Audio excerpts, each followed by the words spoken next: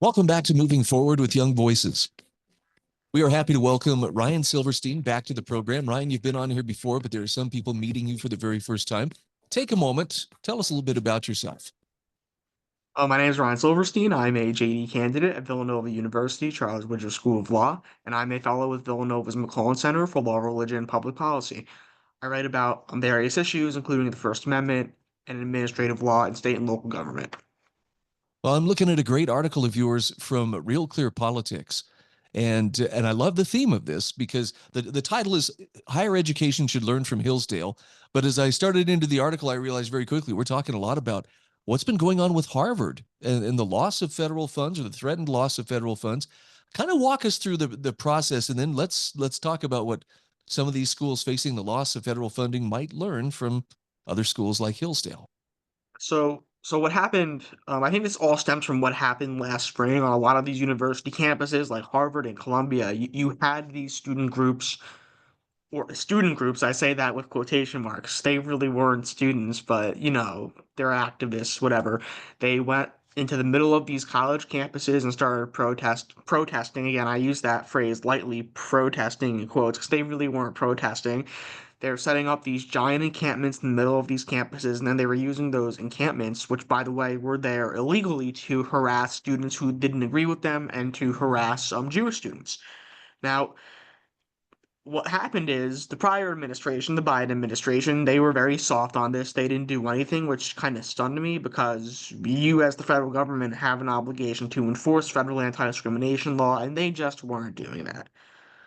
So now you have Donald Trump come in, and Donald Trump is notoriously not a friend to the Ivy League. He's not a friend to higher education. He's a friend to one thing, and that's the U.S. Constitution. And he had his Secretary of Education take a look at their funding, and Linda McMahon, she's wonderful. She said, you know what? We're just going to suspend $2 billion in grants for Harvard.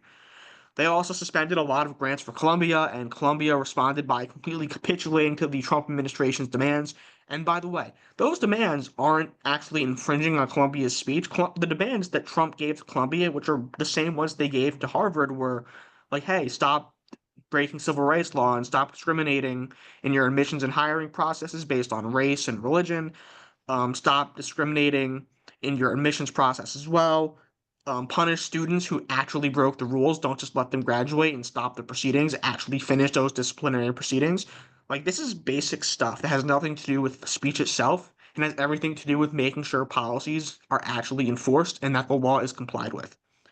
And I think that's something that's really notable as well, is that if you actually look at Harvard's lawsuit, because Harvard is suing the Trump administration over this, they do make a First Amendment argument, but their First Amendment argument isn't really the cornerstone of their complaint. The cornerstone of their complaint, of their action, is actually administrative laws, the Administrative Procedure Act. Why? The administrative rule process plays a much bigger role in how funding is dispersed and how funding isn't given instead of the First Amendment. Why? Because they really don't have a big First Amendment claim to stand on. Why? Because it turns out harassment has never ever been protected by the First Amendment. It's interesting to me how many of these schools clearly depend on those federal funds. I'd look at Columbia, for instance, how quickly they came back. Okay, well, no, we can work with this. Obviously, they're afraid of losing that money. But let's talk about those schools that don't take federal funds in the first place. Hillsdale is probably the most notable. There are a couple others you mentioned as well. I believe I mentioned Hillsdale, Grove City College, and Christendom College in Virginia. They're all solid schools, and unlike these big research institutions that rely on federal funding, these smaller schools, they focus way more on educating their students and producing well-rounded students. And the result, at least for Hillsdale, has been really, really good. I mean, Hillsdale is one of the top 50 liberal arts colleges in the United States. They're a well-known national university. Their graduates are highly regarded, and they're a competitive college to get into. They only have like a 20% acceptance rate. And they do it all without federal funds. I mean, I'm sorry, I don't mean to sound facetious, but it just seems like a lot of these universities, especially those that I don't know. You say Trump is not a friend of the Ivy League. I get the impression maybe the feeling is mutual. Maybe they'd be happier not taking that dirty money from his administration.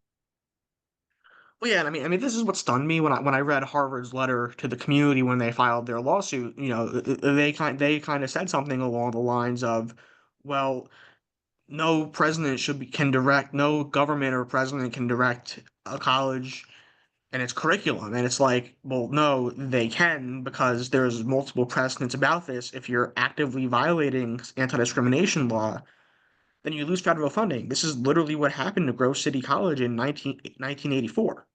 So this idea that it's such a new thing for the federal government to add conditions to federal funding, it's not new, it's not outrageous. It is a totally normal thing, and statutorily, the federal government is required to enforce federal civil rights law. Like, this is literally required by Congress. It's the president's job to enforce it on college campuses when federal funding is being dispersed. And that's also interesting. If these universities, if they really don't want to be subject to the federal government's interpretation of federal civil rights law, the solution's really simple. Don't take their money. It's not that hard. You just don't want to do it because then you actually have to do things you don't like to do. The idea there's no such thing as a free lunch, it can't be stated too often. So where does this leave Harvard? Last I had heard, they were willing to do. It sounded like they were willing to make some changes, or at least that's the last thing I'd heard. Has anything changed in that situation? As far as I know, no. I mean, from what happened is they were willing to make some changes, and then the Trump administration gave them some additional demands, mainly like, hey, ending your DEI curriculum. And that's where Harvard kind of drew the line. And that's kind of crazy if you think about it, that a university is willing to give up billions of dollars in federal funding over DEI curriculum. It's like, really, is it really that important to you? And if it's really that important to a school like Harvard, more likely than not, they're not trying to teach their students. Their goal is to train their students into being activists who have no regard for things like the rule of law, the Constitution, or American culture. And actually, there has been a slight update on this. The Department of Education, like literally last night, Secretary Lyndon McMahon sent a letter to Harvard and said, do not bother applying to any federal grants because you will receive no federal grants. Wow. Well, I'm grateful to see some accountability finally, starting to go along with those tax dollars. Um, as far as the activism goes, um, does this play into also, the Title IX controversy we keep hearing about of men or biological males competing in, female sports or being in female, privacy spaces? Does this play into federal funds as well? It seems like the Trump administration has drawn some pretty hard lines with those funds as well. No, you're right. I mean, universities aren't just, subject to Title VII, they're subject to Title IX. They've been subject to Title IX for over half a century. And already we're seeing the effects of it. The Trump administration just called out the nearby to me, University of Pennsylvania, for a Title IX violation over these trans issues. You had Paula Scanlon go on Twitter and celebrate this victory because she was forced to change in a locker room with a man for 3 years. And that is disgusting. Your personal privacy should not be violated because someone thinks they are another gender. That's not fair. Interesting. Well, does it portend, is there going to be changes, within these institutions, or is it strictly going to be, the power of the purse from the federal government that maybe shapes some of this change? I think what's really gonna shape a lot of this change is when Congress finally acts. Because again, this is a Republican Congress, but they really haven't done a lot. They've really been letting Donald Trump use his pen to do a lot of things. Again, as Barack Obama said, I have a phone and a pen. And I think when the Republican Congress finally starts to condition more and more of these funds to university on like Title IX, Title VII, because Congress can do that. They can do whatever they want with appropriation of funds. That's when these universities are really going to have to start shaping up, mainly because again, a lot of people think university presidents are these like wokey jerks, right? And that's not really what they are. They are career bureaucrats who do what they have to do to survive. That's why in 2020 they did all of this woke stuff because that's what they thought they needed to do to survive. Now they're realizing they pushed it way too far and it's coming back to bite them in the butt. So that's why we're seeing a lot of college presidents resign or move away, and we're seeing a lot of these departments established in 2020 get abolished. Again, we are talking with Ryan Silverstein. He is a Young Voices contributor. Ryan, where can people follow you on social media? Yeah, people can follow me on Twitter at Ryan916, or they can follow me on LinkedIn at Ryan Silverstein.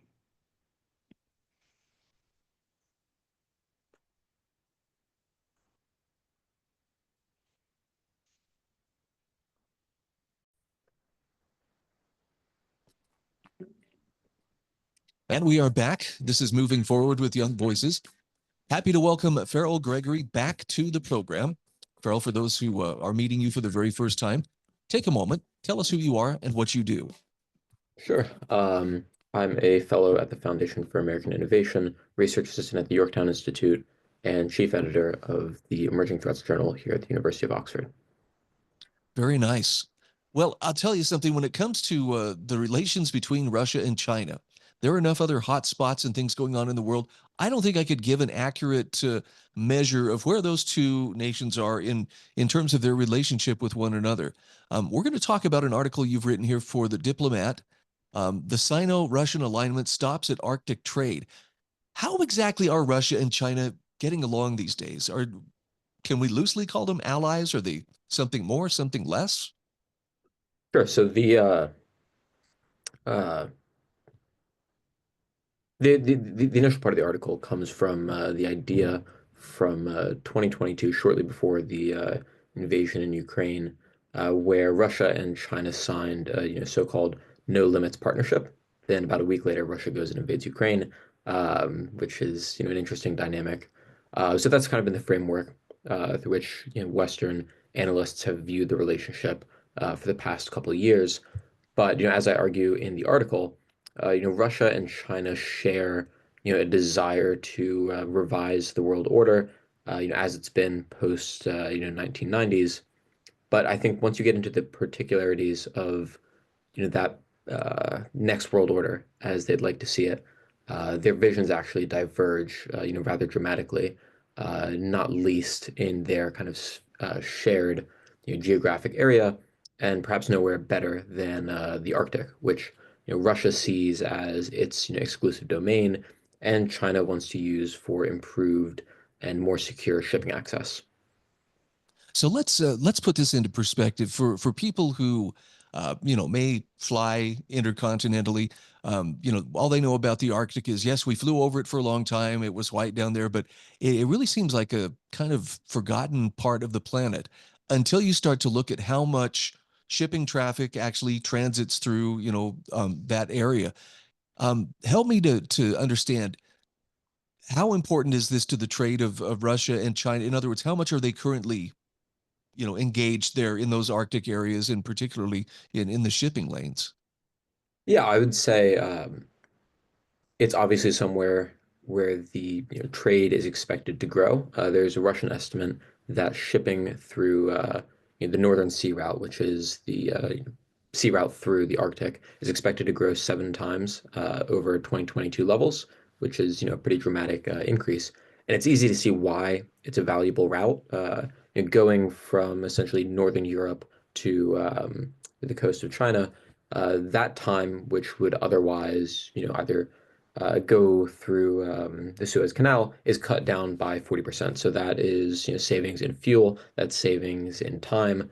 So obviously it's valuable in that strictly economic sense, but it's also valuable in a security sense where, shipping to and from China right now is subject to certain choke points, like the Strait of Malacca, for instance.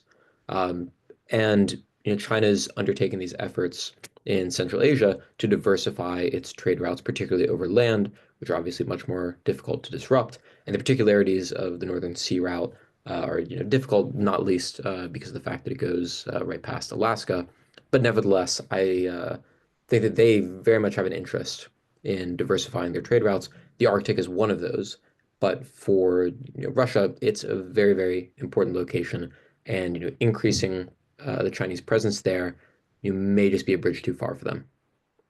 I'm curious about the military and scientific significance of the Arctic to Mhm. either or both of those countries. Yeah, so I could not say too much about the scientific particulars there. That's where Beijing's presence began, was with some different scientific research vehicles by investing in scientific labs um, up there. But when it comes to the military side of things, it's also interesting given its proximity to certain U.S. bases. And the fact that Russia really does have something of a monopoly when it comes to icebreakers. This is another topic that I've written about, where the U.S. barely has two functional icebreakers at this point. Russia has more than 30, and China's closer to us than them, but still also increasing their icebreaker presence. So the military is complicated up there for all sorts of reasons, and as is the scientific. Does I'm curious too if this in any way presents something for which the U.S. Needs to feel competitive or would be inclined to feel competitive and like, well, now we need to be in this space as well. Yeah, absolutely. I think the U.S. is an Arctic nation, by virtue of Alaska. China's not. We have a seat on the Arctic Council. China doesn't.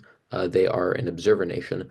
So, just based off of geography, we have, much more compelling reason to be involved in the Arctic. And given, this deficit in icebreakers, which are, still an essential part of, navigating around the Arctic, I think there is a strong argument for an increased U.S. presence, increased U.S. capability. But something that I also mentioned in the article is that the U.S. Has relatively few pressure points to get at the Russia-China relationship, and instead, I think it's worth taking a look at some of these kind of structural, systematic ways in which the interests of Russia and China diverge. Again, we can't really do much about it, but just given geography, given diverging interests, I think highlighting the Arctic, particularly from that trade perspective, is worthwhile. Are we looking at? I mean, obviously there's some uh, trade back and forth with China in lieu of the or in light of these tariffs. Although it sounds like they've come to the table in many ways. Russia has been, in the meantime, kind of the problem child. Lots of sanctions, lots of economic pressure brought to bear. Um, does playing nice with China um, does that help to shield Russia from the consequences or from um, the sanctions against it? In other words, can it get its needs met through China that those Sure, sanctions might otherwise prevent? I think that's a very interesting question. Since 2022, Russian trade with China has skyrocketed, and when it comes to what Russia's trading, it tends to be, very asymmetric balance. So it's, essentially raw materials, and some, small proportion of it is very advanced military technology, which Russia's previously been unwilling to sell to China, but now doesn't necessarily have a choice. So it's really those two things coming from Russia, discounted raw materials because they can't sell them to the West, and that very advanced military tech. On the other hand, China is kind of flooding Russia with imports in a way and with an effect that is not dissimilar to what's happened to the U.S. in the past. However, the difficulty with Russia, and I think this is another potential breaking point, one that I didn't really touch on too much in this article, but I think is very much worthwhile to discuss, is this trade tension. Because the longer that Russia doesn't have any options besides China, the more that relationship becomes costly, and the greater threat that poses for Russia when their only option for selling and buying essential goods is China, which as I demonstrate here in the Arctic, has diverging interests in the near term with Russia. Are there any other countries? I mean, I guess I would assume that they'd pretty much want to touch the Arctic region to be able to assert any kind of interest in there. Mm. But then again, I mean, nations like India or others that are competing for resources that might be available. Do you have any others that express interest or that might also want a crack at that region? Yeah, it's interesting. You're right to note that a lot of it is down to geography, and a number of those other Arctic, Council countries are, allies like Denmark, like Sweden, like Finland. So we don't have so much concern there. No, I'd say it is, pretty secure as far as the place goes, except, the three main players are the US, Russia, and increasingly China. It's really a matter of, great power competition, who has the resources to field, boats and positions in the Arctic, which is, already not too hospitable in the first place. Once again, we have been visiting with Farrell Gregory. Farrell, where can people follow you online or on social media? Sure. My X is at E Farrell Gregory, Farrell Gregory.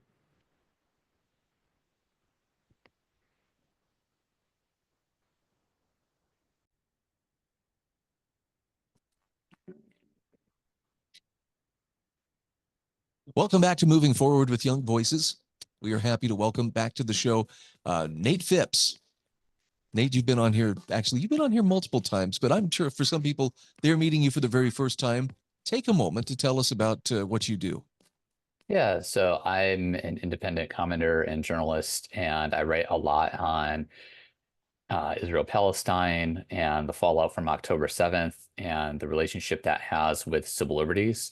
I think since then, we've seen a lot of complicated conversations around freedom of speech, property rights, and other stuff that impact our freedoms here in the US. And I think that there have been some people who've had good things to say, but I think some people have had a lot of black and white conversations. And I'm really trying to bring the good from multiple different perspectives and bring it to the table to try to figure out a better path forward.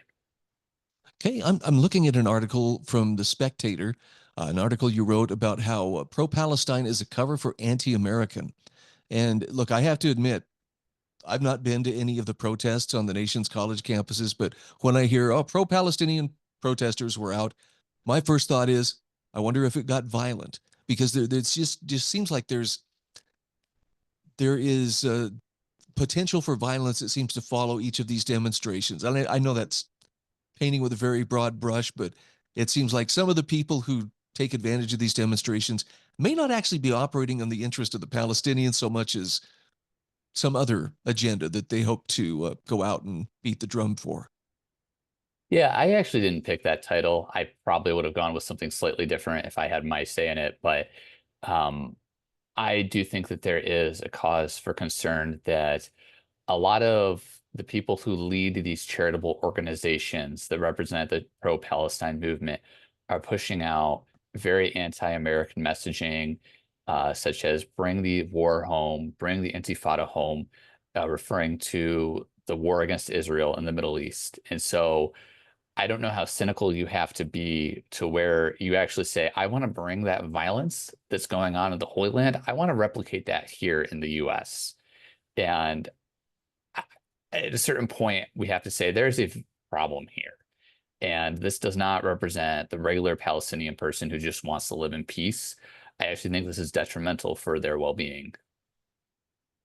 Yeah, I know that there are people who legitimately are concerned for the Palestinians, but it just seems like I'm hearkening, this is just anecdotal, but I'm hearkening like to a news interview where someone was going in and talking to protesters and asking them, what exactly are you protesting for? And it was shocking, the number that could not figure out how to do it.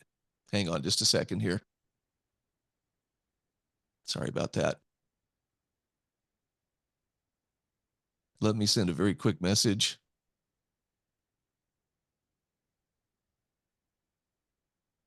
Sorry about that.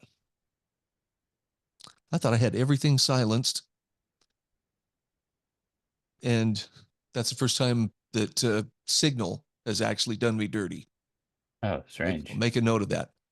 Anyway, so long question there, I guess, is um, what are they using to get these protesters out if people don't even know what they're protesting? So I think, they're taking advantage of people's compassion, and this has really become the flashpoint issue. There's lots of conflicts all over the world who just don't get the same attention. And there's various provocateurs on social media who will say, when I am on my deathbed, I want my kids and grandkids to know I spoke up for Palestine. Like, my point is, I think that when our loved ones die, we're not going to ask them about how they stood on ethnic conflicts from decades prior. I mean, all of that is important, That's a good but point. at a certain point, it's just grandstanding.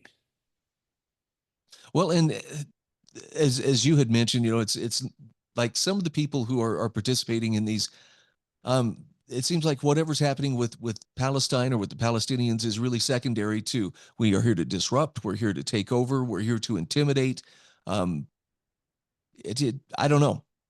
I don't get the impression that it's grassroots. And let's talk a little bit about some of the nonprofit groups that have helped to fund these. Are there familiar names that people would recognize, or are these mostly, nondescript NGOs that you wouldn't merit a second glance? If you're someone who pays attention to this conflict, like you're really in the weeds, you might, but a lot of them, no, probably not. A lot of them are campus organizations that may or may not actually be uh, run by students. A lot of them probably receive money from Qatar. And so these are not necessarily recognizable organizations, but they do have a big influence. I mean, the report from Capital Research Center really went into a lot of their messaging on social media, and they're having an outsized impact. I think they're actually, strategically speaking, kind of clever for not being so mainstream. They're able to push activists who have a face. And I think, from the far left, we've seen them do a lot with messaging. And I think we see that here as well. So have the protests themselves calmed down? I know the nicer weather's getting here, winter that's likely to keep people from protesting, outside. Maybe that's a thing of the past. Are we seeing similar outcry to what we saw last year on the nation's campuses, or has that dissipated?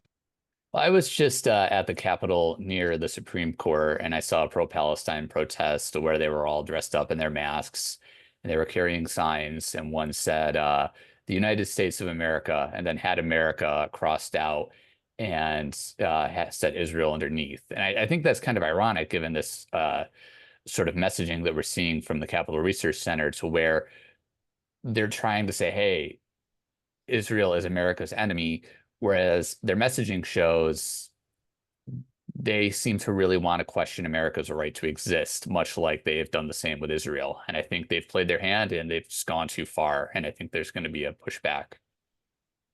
I mean, I know that the John Birch Society would probably nod in vigorous agreement if I were to say, this just classic, Marxist subversion that's coming along. But I have to wonder if, the pattern has been pretty much the same historically. Find, a cause, especially where there's oppressors versus oppressed. And it seems like you can really sway a lot of people into chanting in unison, um, to advance what I would term more left-wing ideologies. Yeah, and you saw that, very early on in the conflict years ago. Stalin actually initially sided with Israel, then very quickly flip-flopped and wanted to support the Arab cause. And very early on, there was a lot of Marxist sentiment that went into the conflict. And I know that kind of today the term Marxist feels a little alarmism, but I think in this case it's warranted. I think there is a lot of concern to where there's a lot of far left political ideology that's behind the pro-Palestine cause, and they'll use the term colonialism a lot. And I don't think it's a tactful way to think through how the empires of old have negatively impacted marginalized people. That's a conversation we absolutely should have. But it's moved beyond that into a point to where it's dehumanizing people. Colonial has become a new word, a dog whistle for people that I don't like politically. No, I think you nailed it.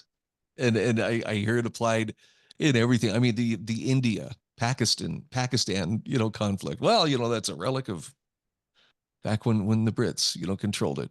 Yeah. We're down to about 1 minute left here before we've got to wrap things up. What would you like our audience to take away from this discussion when they see news about protests on campus, when they see pro-Palestinian protests going on? What are the kind of things they need to be aware of?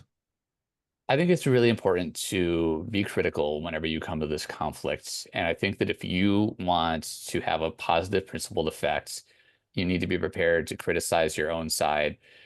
Maybe not as much, but if you really want to the other side to behave better, criticize your own side and show the example, be principled, and center on human dignity for all involved. Beautifully said. I hope people will be taking notes. Again, we are talking with Nathaniel Phipps. I call him Nate, but thank you again so much for being on the show. Where can people find you on social media? Where can they follow you? So I'm not actually super active on social media. If you Google Aviv Nathaniel Phipps, uh, that's my writing name. It's actually pretty great for SEO. All my articles pop up. Okay. Well, I look forward to our next conversation. Thanks so much. Thanks for having me, Brian.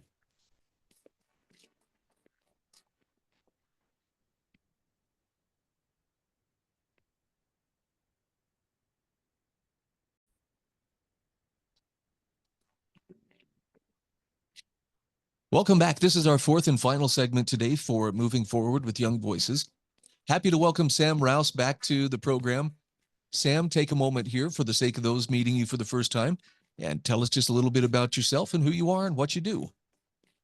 Sure. My name is Sam Raus. I am a writer with Young Voices. I have been now for over a year, and I'm from originally outside of the Philadelphia area, and I've particularly been focused on some issues regarding tech and financial related policy, but have also now started to wade into some of the cultural news and developments happening, particularly in the online sphere, but more generally in art, pop culture, social media, um, and kind of how all these things tie together and what the world is like these days and how things may look in the future. No, I'm glad that you're doing that. And to me, the fact that you have the credentials, you've been a serious, data driven writer, but let me humor me on this. Why is it important that people have some cultural literacy and know what's going on with the popular culture, as well as just, the facts and the data of their world? Why does our culture matter? Yeah, I think that for me, it always has tied back to being a big consumer of entertainment. I think that there's so many life lessons to be learned, so many ways to work through points in your life where you don't understand what's going on. Maybe it's, how other people are behaving or why challenges are arising in your life that you haven't dealt with before now arising. And I think that music and movies and classical art, whatever floats your boat, can offer a lot of guidance on that, both from just a practical side of things. I think like everyone's got a movie that's, they say, completely shaped how they look at different things, how they approach certain things. But even from a more serious side, I think there's a lot of questions around morality, a lot of questions around culture and the advancement of our society, issues with human rights and religion and things over time that we see depicted most commonly in media. People are much more familiar with media representations of things and how media has changed people than they are really with our laws or our data. And people in 25, 30, 50 years from now will remember the cultural artifacts of our time, not maybe necessarily some Pew study or a comment on a piece of policy. So I think it's important to look at how much culture is the first thing that changes, and a lot of this other stuff is downstream effects of that. So let's talk about Lady Gaga. Because when it comes to popular culture, that is a young woman who has definitely left her mark. You've got an article here in realclearbooks.com about Lady Gaga's Mayhem album and also the art of pop nonconformity. Where do we begin? Yeah, I think I've been a longtime fan since my childhood. I really came up with Gaga and some of the artists in that class in their 2010s and now 2020s. Um, I think it's really interesting seeing some of these acts that are now for our generation, and I'm on the older side of Gen Z, becoming a legacy act. It's becoming not maybe the absolute zeitgeist of today trending on TikTok, but what was the advent of social media, what was the advent of the iPhone and iTunes and all, the online app store. Artists really start to explore their artistic roots and understand why they became so famous in the first place. And Gaga is one of the greatest examples of one of these true international superstars that has really shifted the game in terms of music videos, fashion. She's done a lot. She is definitely somebody that applies a lot of traditional artwork and music styles to modern pop music. Um, and what we're seeing right now from her and a lot of different artists is, I think, something that we saw when they first started their careers in the 2010s, which is, yeah, this fusion of different styles, this kind of messiness that doesn't allow itself to be so strung down by what has been a lot of radio friendly music that people argue, it sounds all the same. Now we're getting back to, whoa, the radio is really changing it up song by song. I keep altering the station because it's so different in the different types of moods that it's appealing to, genres that it's appealing to. And it's a really interesting moment that we're seeing across pop culture right now. I'm curious, you mentioned that Lady Gaga's album 5 years ago was delayed because of the pandemic response. Um, did she or other artists have to kind of reinvent themselves, coming forward from that point? It seems like that could have been a very interesting pivot point for a lot of people.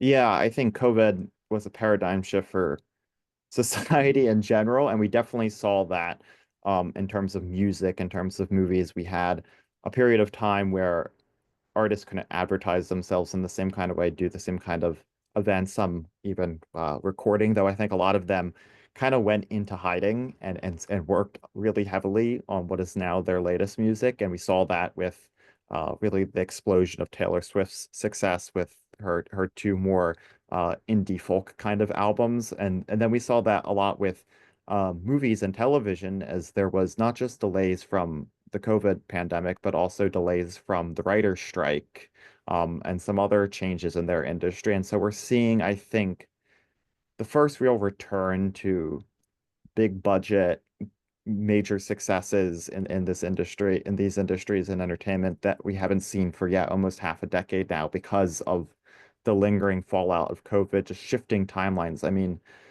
a movie or an album cycle doesn't come together in a couple of weeks. It takes over a year to plan, to record, to edit. And so when things get delayed in the sectors, it takes a long time until we see the after effects of that. And I know this is kind of an unfair question, but I have to ask this. After seeing Madonna still out there, in her 60s and on stage and still very talented individual, does there come a point of diminishing returns? I mean, it's from the article that you've written, it sounds like Lady Gaga still very much in her prime, very relevant. She's punching all the right buttons. Now, this is a subjective call, but when I see video of Madonna doing whatever it is she's doing, I kind of think there's a good time for gracefully, bowing out.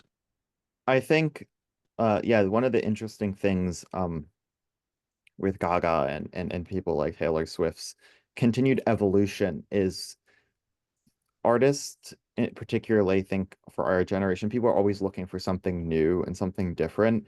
And so those that are willing to change up their genre, I think a lot of artists of our generation are aging nicely, not just literally they can, now get GLP-1s and such, but they are quite literally um tr maturing and collecting a new sound.